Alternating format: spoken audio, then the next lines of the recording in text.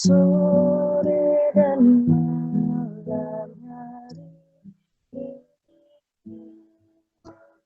tak hentinya mengucap syukur atas kebaikan.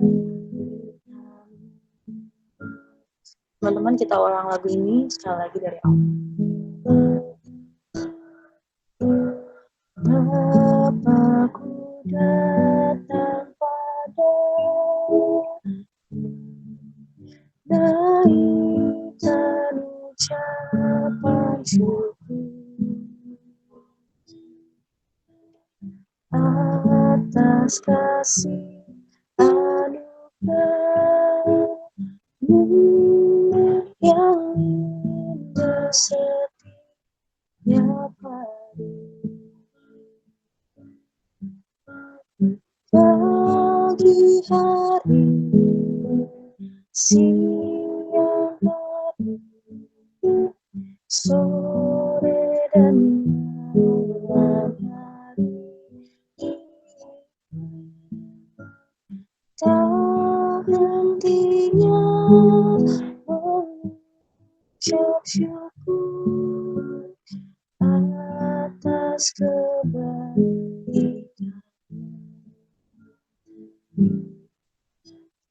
Tak hentinya mengucap syukur atas kebaikan.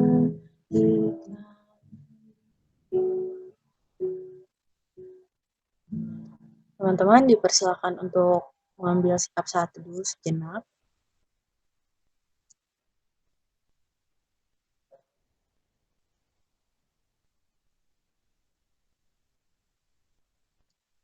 Mari kita bersatu dalam doa.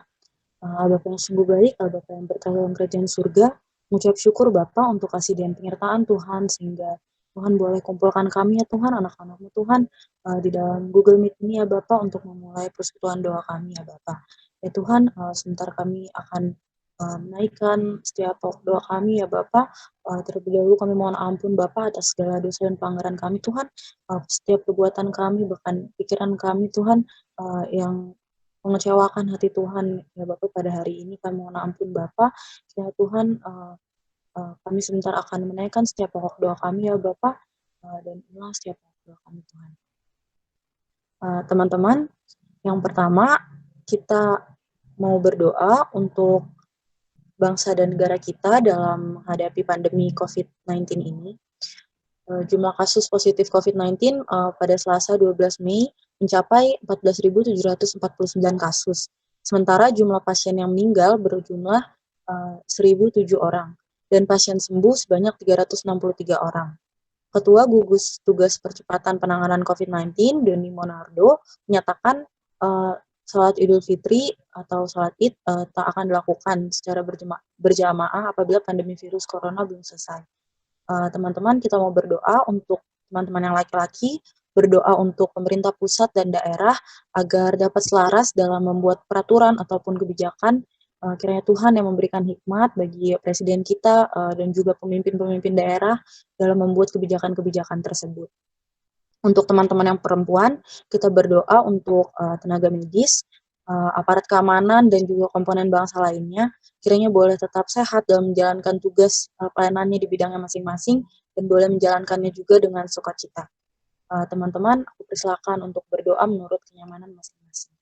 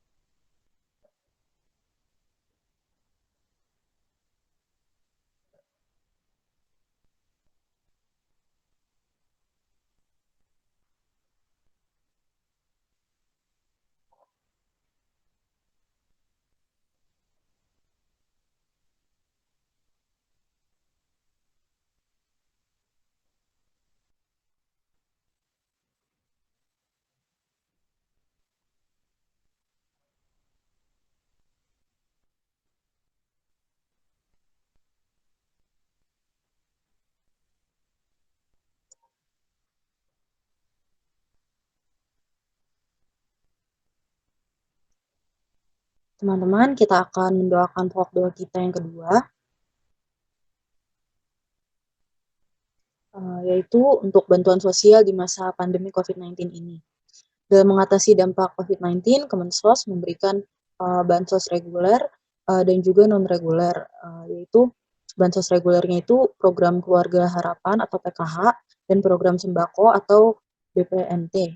Dan bansos non-regulernya itu yang khusus untuk uh, yang terdampak COVID-19 yaitu bansos sembako untuk wilayah Jabodetabek dan juga bansos tunai sebesar 600.000 per keluarga per bulan selama 3 bulan yang diperuntukkan bagi 9 juta kakak di luar Jabodetabek yang nantinya akan didata oleh pemerintah kabupaten kota masing-masing.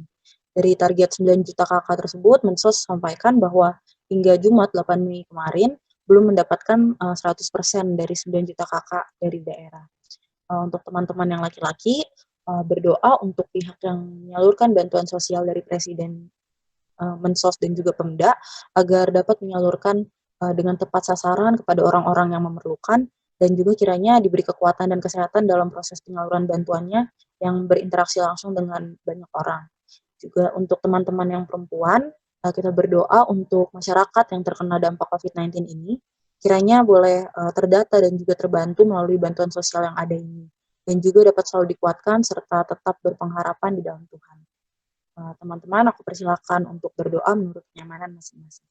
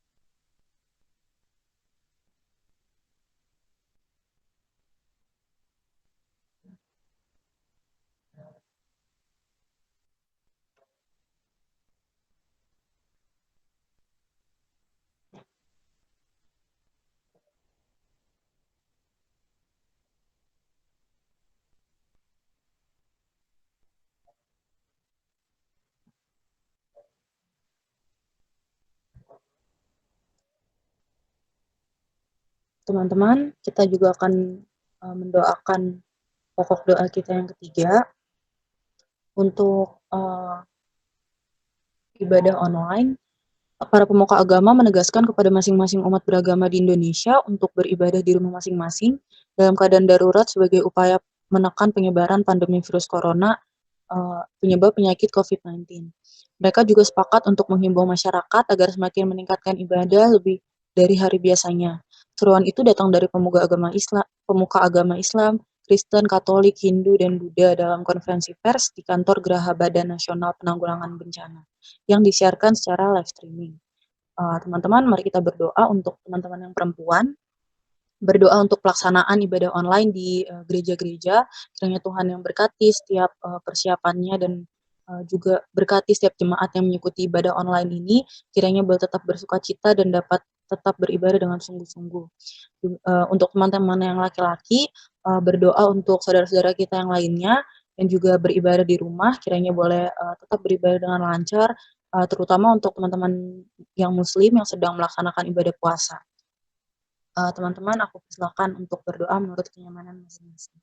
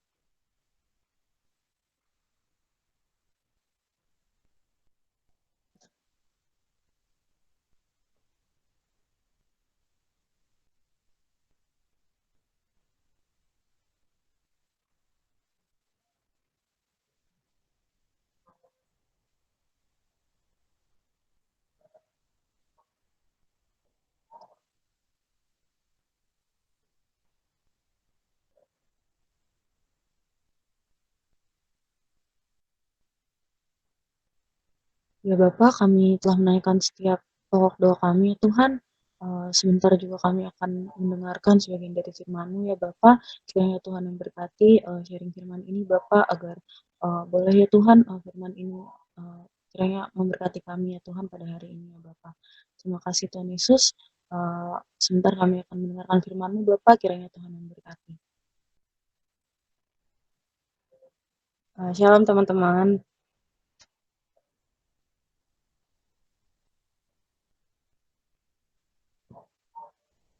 Kita akan sharing, aku akan sharing firman Tuhan yang uh, aku nikmati akhir-akhir ini. Jadi sharing firman hari ini tuh tentang sate. Pasti teman-teman udah pada tahu lah ya sate saat teduh. Lanjut ya.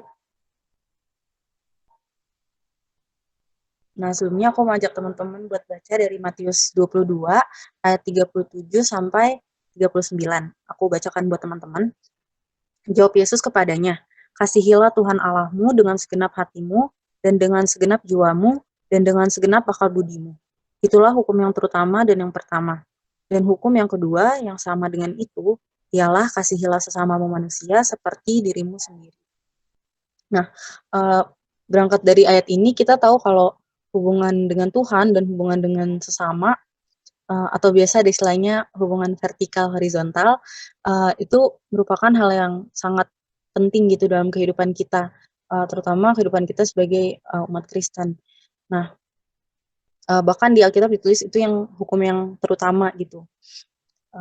Terus hubungan dengan Tuhan, menurutku itu yang paling penting dan jadi intinya gitu, karena hubungan dengan Tuhan itu menentukan gimana hubungan kita dengan sesama gitu, dan juga menentukan setiap keputusan-keputusan yang kita pilih, yang kita ambil dalam kehidupan kita.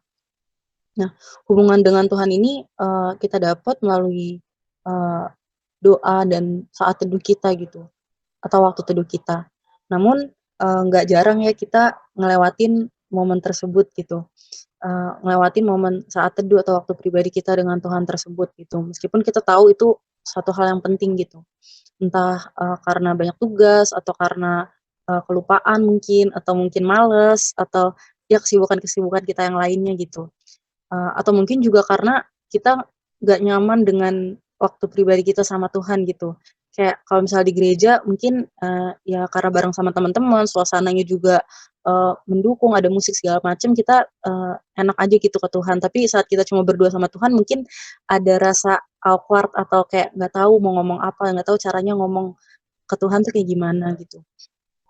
Nah, lanjut, aku mau ngajak teman-teman buat lihat apa sih sate itu. Pasti secara umum ya kita semua udah pada tahu lah ya, cuma aku mau samakan persepsi kita. Jadi di sini kutulis, saat teduh itu respon kita terhadap kerinduan Allah untuk bersekutu dengan anak-anaknya, yaitu kita. Nah, aku bold kata respon di situ karena ini nunjukin kalau sebenarnya Allah itu menantikan kita untuk bersekutu dengan Dia gitu. Terus gimana dengan kita gitu dalam meresponi itu? Apakah kita meresponi kerinduan Allah itu dengan juga merindukan persekutuan dengan Allah, atau malah ya acuh aja gitu? Terus yang kedua, persekutuan sate itu adalah persekutuan yang intim dengan Allah. Intim di sini maksudnya yang eksklusif gitu, yang uh, ya waktu pribadi kita dengan Tuhan gitu. Terus sate itu uh, waktu khusus yang disediakan bagi Tuhan setiap hari. Di situ aku buat kata khusus, disediakan, dan setiap hari. Karena ya artinya khusus itu kita udah mengkhususkan gitu, udah ada waktu tersendiri dari 24 jam yang Tuhan kasih ke kita dalam sehari, udah ada waktu tersendiri yang kita siapkan untuk quality time, untuk private time gitu sama Tuhan. Uh, dan kita harus menemukan waktu pribadi kita sama Tuhan itu sih teman-teman. Meskipun dalam keseharian kita mungkin udah dipenuhin dengan kegiatan-kegiatan rohani atau ya pelayanan secara aktivitas gitu, tapi kita harus tetap punya hubungan pribadi sama Tuhan. Harus benar-benar siapkan waktu itu, bukan sisakan gitu. Dan jangan sampai malah kesibukan kita dalam kegiatan rohani, kesibukan kita dalam pelayanan ya aktivitas kita yang rohani itu malah membuat kita ngerasa nggak perlu lagi lah waktu pribadi dengan Tuhan gitu. Nah terus, yang keempat, waktu pribadi kita dengan Tuhan itu adalah saat teduh itu adalah waktu pribadi kita dengan Tuhan, di mana kita berdialog dengan Tuhan. Di sini aku buat kata berdialog karena ya, waktu kita dengan Tuhan itu seharusnya ada hubungan dua arah gitu di sini, bukan cuma kita yang, monolog ke Tuhan gitu, tapi Tuhan pun berbicara kepada kita gitu. Terus yang di kotak merah itu, eee, saat teduh itu bukan sekadar baca renungan firman Tuhan gitu, terus ya udah gitu. Dan saat teduh itu juga bukan bukan sekedar kita, berdoa untuk Tuhan mengabulkan permintaan kita atau keinginan-keinginan kita gitu. Bukan berarti dalam saat teduh kita nggak boleh, eee, memohon kepada Tuhan gitu ya, cuma ya fokusnya bukan hanya, untuk biar Tuhan memenuhi keinginan kita gitu. Justru biar kita tahu, keinginan Tuhan, apa sih yang Tuhan mau, kita lakukan dalam kehidupan kita gitu. Dan saat teduh yang benar itu yang tadi bukanlah hubungan yang satu arah gitu. Karena ya seharusnya bukan hanya kita yang berbicara ke Tuhan, namun, ya Tuhan juga turut berbicara gitu kepada kita. Nah terus, kenapa sih, saat teduh atau waktu teduh ini tuh perlu gitu, kenapa sih penting gitu untuk kita.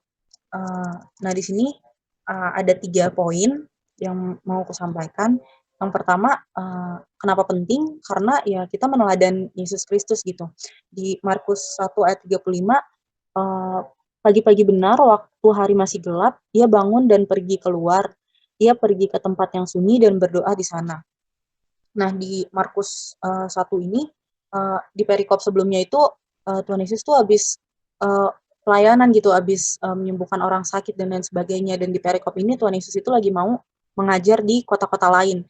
Eee, yang mau ditunjukin di sini tuh, eee, Tuhan Yesus tuh saat itu sedang sibuk gitu, tapi dia tetap, menikmati persekutuannya dengan Bapa gitu. Di tengah-tengah kesibukannya ia tetap, nyediain waktu gitu untuk bersekutu dengan Bapa gitu. Nah, eee, kalau Tuhan Yesus yang, udah sempurna, manusia yang sempurna aja, memerlukan waktu teduh dan juga dalam kesibukannya eee, yang pasti kesibukan kita nggak sesibuk Tuhan Yesus gitu kan. Dalam kesibukannya Tuhan Yesus, dia masih menyediakan waktu gitu untuk bersekutu dengan Bapa. Apalagi kita gitu yang manusia berdosa yang, kesibukannya juga yang nggak sesibuk Tuhan Yesus gitu. Jadi ya itu yang pertama itu adalah kita meneladani Tuhan Yesus. Terus yang kedua itu, karena tadi Tuhan merindukan persekutuan dengan umatnya. Di Hosea 6 ayat 6, sebab aku menyukai kasih setia dan bukan korban sembelihan, dan menyukai pengenalan akan Allah lebih daripada korban-korban bakaran. Di situ kayak uh, Tuhan kayak bilang kalau ya Tuhan itu lebih menghargai persekutuan kita dengan dirinya gitu ketimbang apa yang kita lakukan bagi dia dalam dalam ayat ini ya korban sembelihan, korban-korban bakaran atau mungkin saat ini ya layanan kita secara aktivitas, kita ke gereja, kita melayani sebagai apapun itu di gereja gitu. Tapi lebih daripada semua itu Tuhan merindukan gitu persekutuan kita secara pribadi dengan Tuhan gitu. Jadi ya itu suatu hal yang luar biasa gitu kalau Cipta Langit dan Bumi menginginkan persekutuan dengan ciptaannya gitu. Jadi ya itu salah satu alasan kenapa waktu teduh ini uh, menjadi penting gitu teman-teman. Terus yang ketiga, uh, kenapa penting? Karena itu juga ya yang membuat iman kita bertumbuh gitu. Uh, karena tanpa waktu teduh yang teratur, kita akan sulit untuk bertumbuh dalam iman gitu. Dan juga orang-orang saleh yang dipakai Tuhan dari waktu ke waktu gitu, itu memiliki waktu teduh yang teratur gitu. Di sini contohnya Daniel gitu. Dia tetap berdoa dan memuji Allah seperti yang biasa dilakukannya gitu. Terus selanjutnya, setelah kita tahu apa itu saat teduh dan kenapa penting, kita juga perlu tahu kalau ya dalam saat teduh ini kita juga butuh sarana berdialog. Kayak saat kita berdialog dengan sesama kita gitu, misalnya dengan teman kita, kita menggunakan sarana yaitu mulut kita untuk berbicara, mata kita juga sebagai sarana komunikasi, juga tubuh kita, tangan kita mungkin gestur tubuh kita gitu, dalam mengekspresikan apa yang kita mau katakan ke teman kita gitu. Nah, begitu juga saat kita mau berdialog dengan Tuhan gitu. Nah, di sini sarana yang kita gunakan adalah pikiran kita gitu. Pikiran yang gimana ya? Pastinya pikiran yang terus uh, diperbaharui oleh firman Tuhan gitu. Uh, di sini aku tulis kalau pikiran-pikiran kita itu terus memikirkan hal yang gak benar, itu artinya kita sedang membangun hubungan dengan musuh Tuhan yang gak lain gak bukan adalah iblis gitu. Dan baliknya kalau kita terus memikirkan hal yang benar, banyak kebenaran murni yang masuk ke dalam pikiran kita, dan kita juga merenungkan itu terus-menerus, itu artinya kita sedang membangun hubungan kita dengan Tuhan gitu. Jadi ya biar kita bisa berdialog dengan Tuhan, tentunya salah satu sarana ini yaitu pikiran ini ya kita harus isi dengan kebenaran yang murni gitu. Lanjut. Nah, di sini ada aku kutip dari Yohanes 8 ayat 43. Apakah sebabnya kamu tidak mengerti bahasaku? Sebab kamu tidak dapat menangkap firmanku.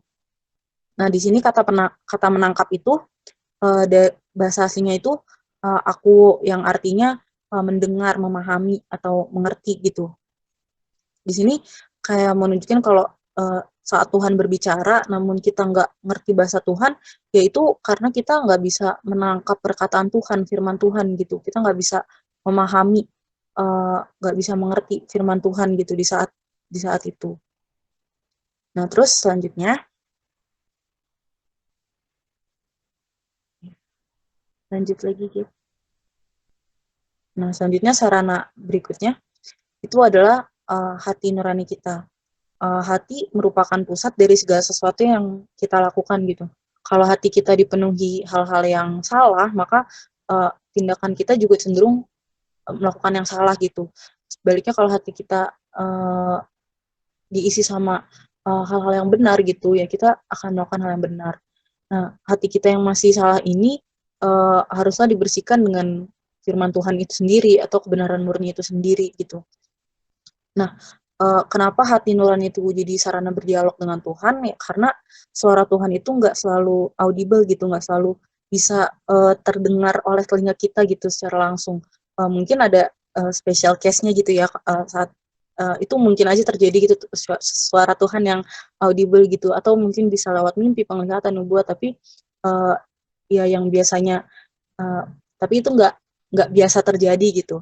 Nah, yang biasa itu adalah dengan hati nurani kita gitu, sebagai alat yang dipakai Tuhan untuk berbicara kepada kita gitu.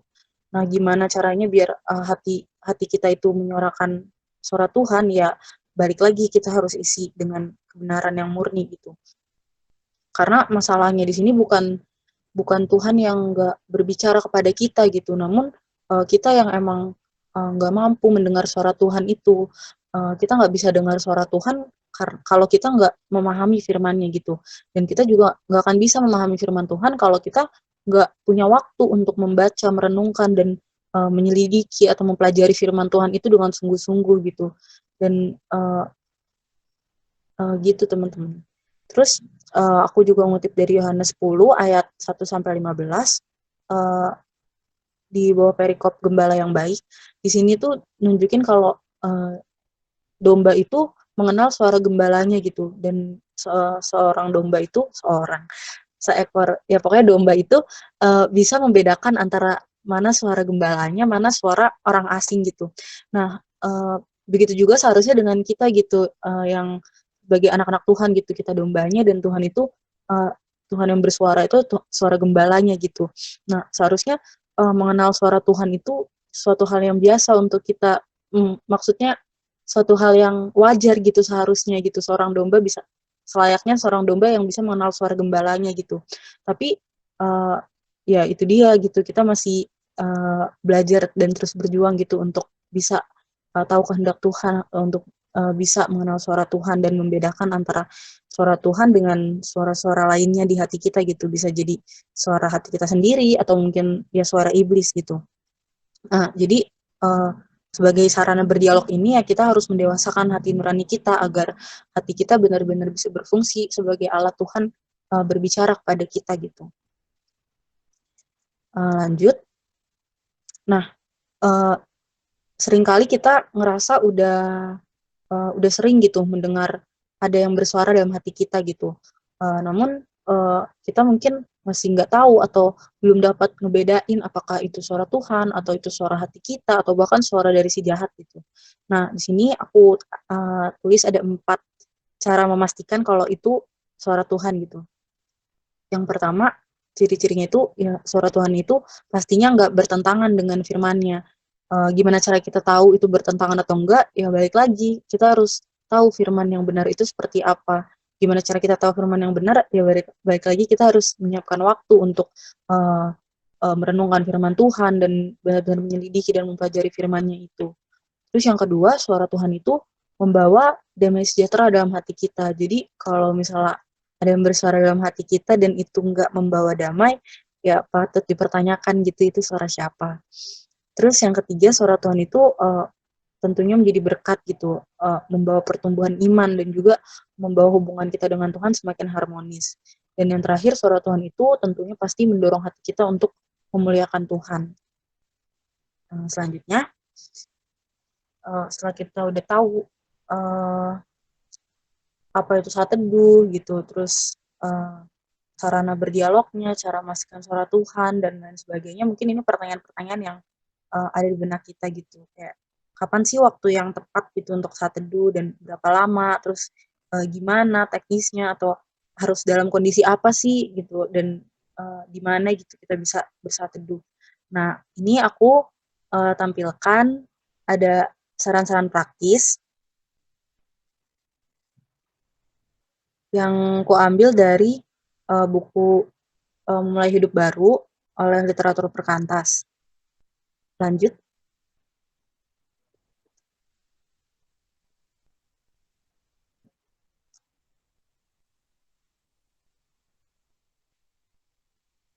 eee, ya aku bacain aja ya teman-teman. Jadi yang pertama itu, eee, kita harus, sediakan waktu yang teratur gitu. Eee, Kapan waktunya ya itu sebenarnya opsional, maksudnya tergantung kita masing-masing gitu, bisa di pagi hari atau mungkin di malam hari sebelum tidur gitu, atau ya intinya kita sediakan waktu yang teratur gitu. Berapa lamanya ya, sebenarnya itu juga nggak tertulis di Alkitab secara, langsung gitu ditulis harus sekian waktu, harus, di jam sekian sampai sekian, tapi kita bisa mulai dari 15 menit setiap harinya gitu. Entar setelah kebiasaan itu tertanam gitu, 15 menit setiap harinya itu udah tertanam, pastinya kita juga, lama-kelamaan akan menyediakan waktu yang lebih lama lagi untuk bersaat teduh.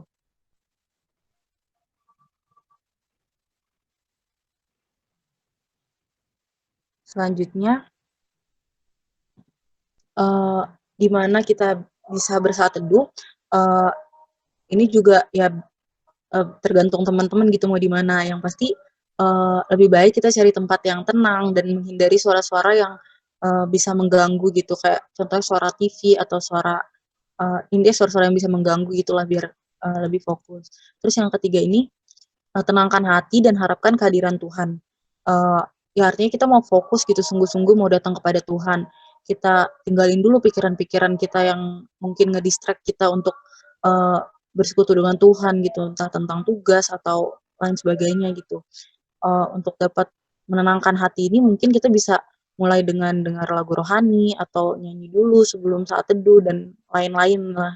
Intinya sesuai kenyamanan teman-teman juga gitu untuk menenangkan hati gitu. Terus selanjutnya, eee yang penting itu adalah baca Alkitab menurut mengikuti buku penuntun gitu dan merenungkannya. Tentunya sebelum baca Alkitab juga, eee, kita mohon pertolongan Roh Kudus, kita berdoa agar ya apa yang kita baca itu, apa yang akan kita baca itu, boleh kita pahami gitu, boleh, eee, kita lakukan juga dalam kehidupan kita sehari-hari. Dan baca Alkitab mengikuti buku penuntun di sini bisa jadi, eee bahan sate dari gereja mungkin, atau dari PKTB kita mungkin, atau mungkin dari, warung sate kamu dan banyaklah pokoknya kita bisa dapat, di mana-mana gitu bahannya. Dan, yang paling penting nggak cuma baca, tapi kita juga mau renungkan dan juga dalam keseharian kita juga kiranya firman itu boleh terus kita renungkan gitu. Terus setelah kita baca, kita menyatakan dalam doa gitu respon atas firman yang telah kita baca. Mungkin kita tertegur dari firman yang kita baca atau ya diingatkan kembali dari firman tersebut dan lain sebagainya, kita sampaikan aja gitu ke Tuhan dan juga serahkan diri kepada Tuhan agar dalam hari itu dan ya dalam hari-hari kita bisa dimampukan gitu untuk melakukan apa yang Tuhan mau. Terus yang terakhir ini opsional sih teman-teman, tulis dalam buku catatan sate apa yang telah Tuhan ajarkan gitu.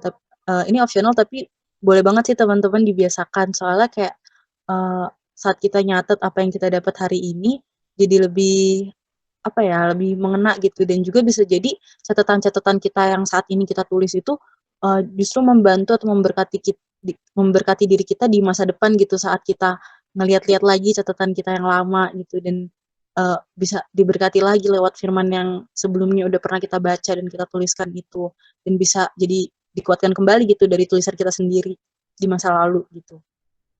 Gitu teman-teman. Mungkin itu aja yang bisa aku sharingkan. Terakhir ini ada quotes, mungkin kita udah sering dengar ya. Ini sangat menegur aku sih teman-teman. It's not about religion, it's about relationship. Karena ya emang kekristenan itu bukan sekedar perkara agama atau ya kita agamanya Kristen gitu dari lahir atau mungkin ya kita pelayan yang ke gereja dan lain sebagainya, kita ngerti banget gitu Kristen tuh apa dan lain sebagainya, pengetahuan tentang kekristenan kita udah hatam gitu, udah bisa baca Alkitab dari awal sampai habis udah berkali-kali. Saya bukan bukan sekedar tentang kegiatan-kegiatan agama, kegiatan-kegiatan rohani, tapi yang terpenting dan jadi intinya itu ya relationship kita dengan Tuhan gitu. Gimana hubungan pribadi kita dengan Tuhan gitu. Apakah selama ini ya pelayanan-pelayanan kita itu cuma aktivitas ya aktivitas biasa gitu tanpa ada hubungan pribadi dengan Tuhan. Nah, jadi yang terpenting itu teman-teman hubungan pribadi kita dengan Tuhan dan ketika hubungan pribadi kita dengan Tuhan itu juga udah baik, tentunya otomatis hubungan kita dengan sesama pun pastinya baik gitu. Itu aja teman-teman yang bisa aku sharingkan sore hari ini. Kiranya boleh memberkati teman-teman. Sekarang kita mau sharing di live chat teman-teman. Teman-teman bisa tuliskan apa yang teman-teman nikmati atau teman-teman dapat dari sharing firman barusan di live chat kita. Yuk kita sharing guys.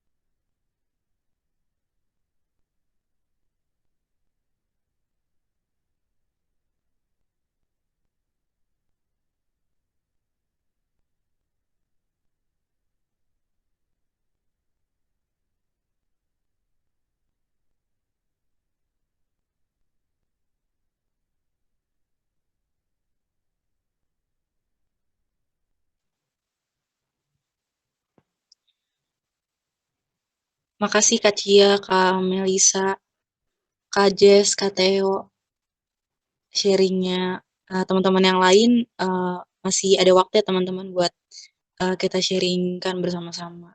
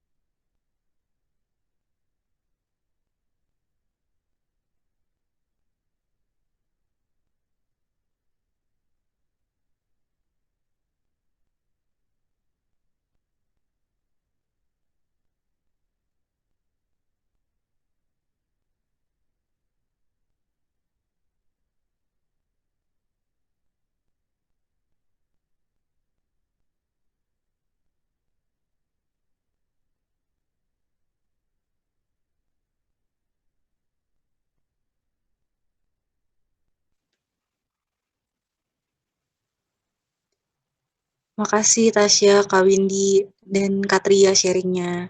Yuk teman-teman yang lain, kita sharing sama-sama.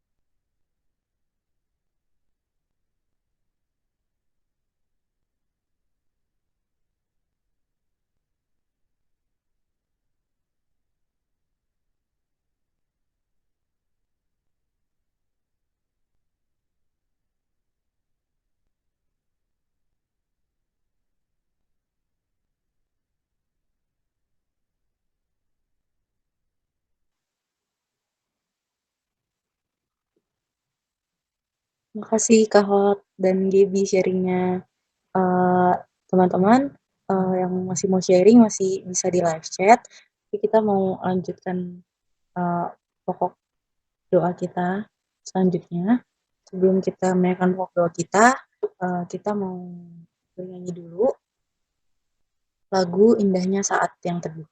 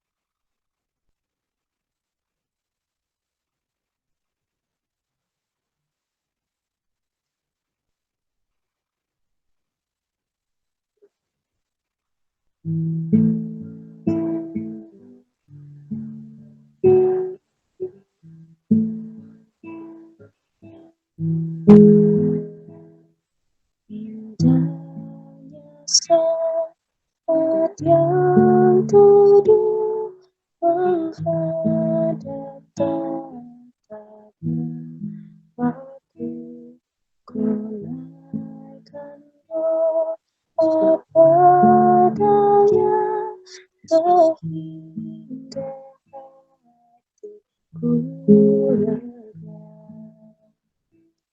Di waktu bimbang dan gentar, jiwaku aman dan segar.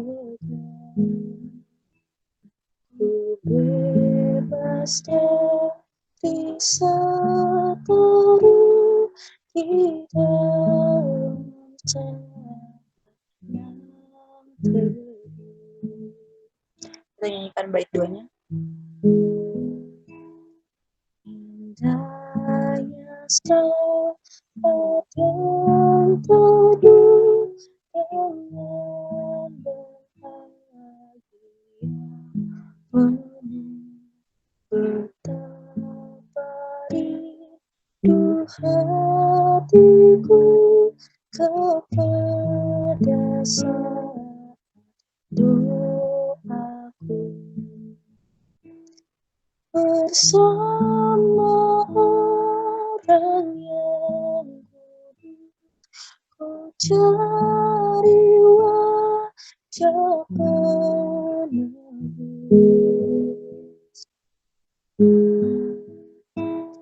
dengan gembira dan teguh ku nanti saat yang teduh. Kita bersatu dalam doa. Bapak yang sungguh baik, mengucap syukur Bapak atas waktu yang masih Tuhan berikan kepada kami Tuhan untuk kami ingin menaikkan setiap pokok doa kami Bapak. Ya Tuhan, sebelumnya kami telah mendengarkan sharing firman ya Bapak. Kiranya Tuhan yang berkati firman yang telah kami dengar ya Bapak. Kiranya Tuhan firman ini boleh menjadi rema dalam kehidupan kami Bapak, dan juga dapat senantiasa kami renungkan Bapak, bukan hanya pada saat ini Tuhan, bukan hanya pada saat persekutuan doa ya Bapak, tapi dalam kehidupan kami seterusnya ya Bapak, dalam hari-hari hidup kami ya Bapak. Ya Tuhan, sebentar kami ingin mendoakan setiap pokok doa kami kembali ya Bapak. Yang pertama, kami ingin berdoa untuk perkuliahan kami Bapak yang saat ini dengan sistem pembelajaran jarak jauh.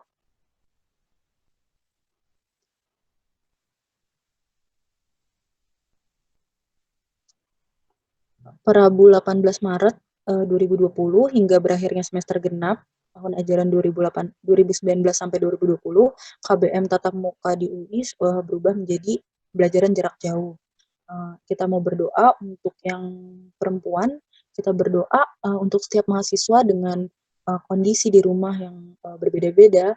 Mungkin ada teman-teman kita yang kesulitan dalam mengikuti PJJ ini karena sinyal, karena, keberatan dalam, pembelian kuota, ataupun karena suasana rumah yang kurang kondusif untuk belajar, atau mungkin teman-teman kita yang sedang sakit. Kita mau berdoa untuk, teman-teman kita.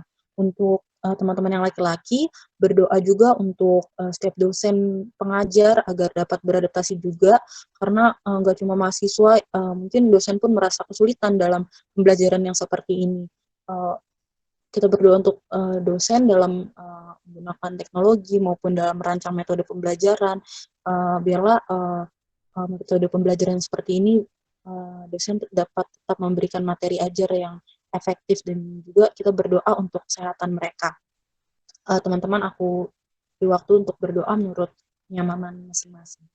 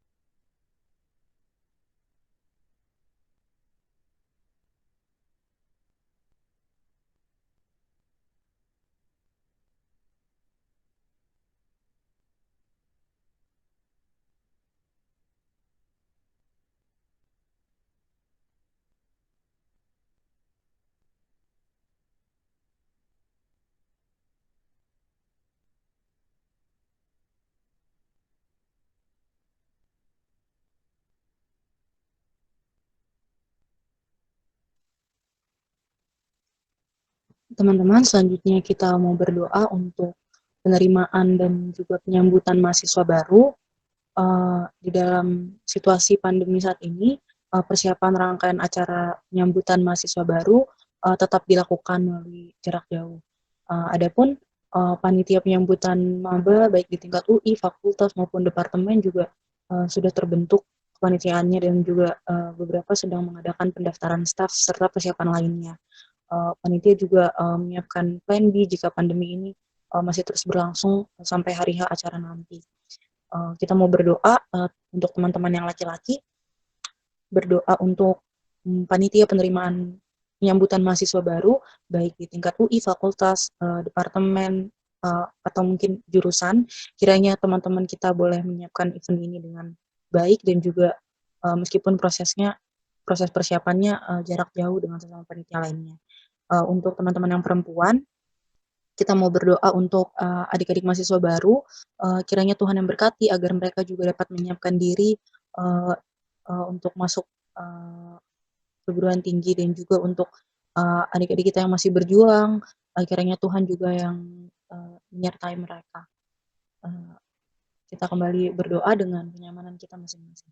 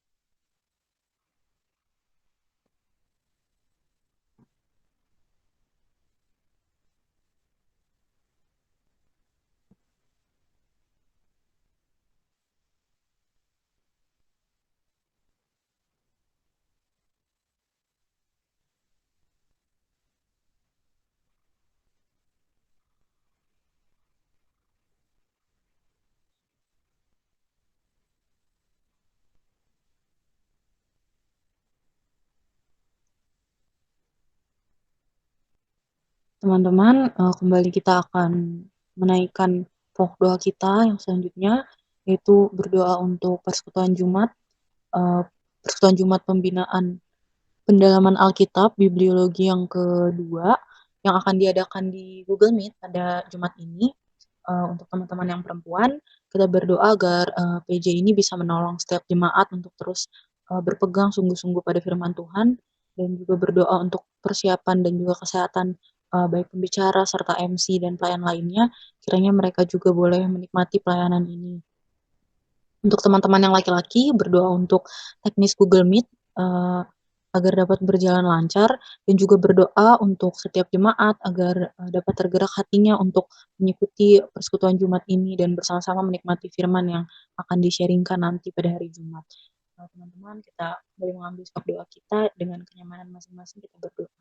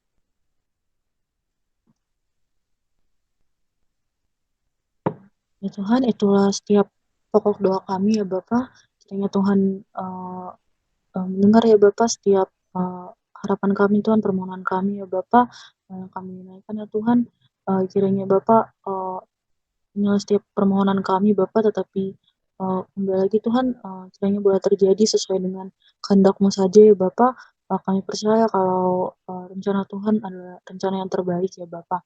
Dan juga ya Bapak, kami menyerahkan setiap, kegiatan kami yang lain Bapak setelah ini ya Tuhan, kiranya Tuhan memberkati setiap diri kami dengan, kegiatan kami masing-masing Tuhan, kiranya Tuhan boleh, yang tetap sertai kami ya Bapak. Juga Tuhan, kiranya, setelah persekutuan doa ini Bapak, hati dan pikiran kami boleh, semakin diperbaharui ya Tuhan dengan kebenaran firman-Mu ya Bapak. Juga kami, boleh dalam keseharian kami semakin rindu Tuhan untuk bersekutu dengan-Mu Bapa. Dan juga ya Bapak, eee, inilah setiap doa kami ya Bapak, dalam namamu kami berdoa dan mengucap syukur. Haleluya, amin. Teman-teman boleh mengambil sikap saat teduh sejenak.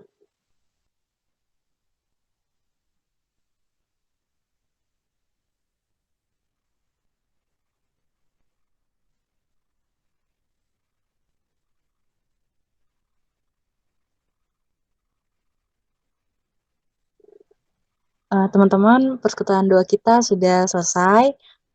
Selamat Hari Rabu, teman-teman. Tuhan Yesus memberkati.